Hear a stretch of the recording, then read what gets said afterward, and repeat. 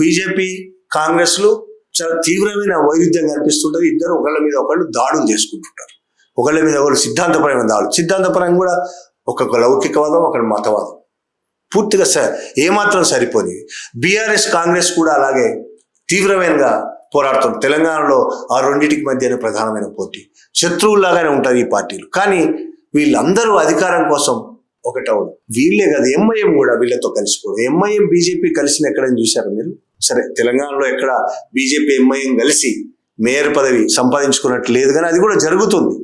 మహారాష్ట్రలో అమరావతి కార్పొరేషన్లో ఎంఐఎం మద్దతుతో, ఎంఐఎం కార్పొరేటర్ల మద్దతుతో బీజేపీ అభ్యర్థి మేయర్ అయ్యాడు. సో భారతదేశంలో ఏ పార్టీకైనా ఒక సిద్ధాంతము, వాల్యూస్ అని ఉన్నాయా లేవా అనేది మనకు దీన్ని చూస్తే అర్థమవుతుంది. వాళ్ళు మాట్లాడే సిద్ధాంతాలు వాళ్ళు నమ్మరు, వాళ్ళు చెప్తున్న విలువలను వాళ్ళు నమ్మరు, వాళ్ళు పాటించరు. ప్రజల కోసమే సిద్ధాంతాలు చెప్తారు, ప్రజల కోసమే విలువలు చెప్తారు తప్ప ఎటువంటి పరిస్థితుల్లో వాళ్ళ దగ్గరికి వచ్చేసరికి వాళ్ళకు ఒకే ఒక సిద్ధాంతం, ఒకే ఒక విలువ, అది అధికారం.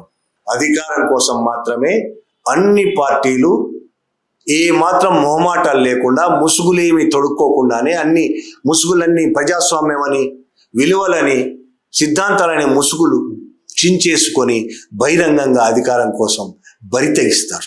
అట్లా బరి తెగించిన తెలంగాణ మున్సిపల్ ఎన్నికలు మనకి ఇవాళ కనబడుతుంది.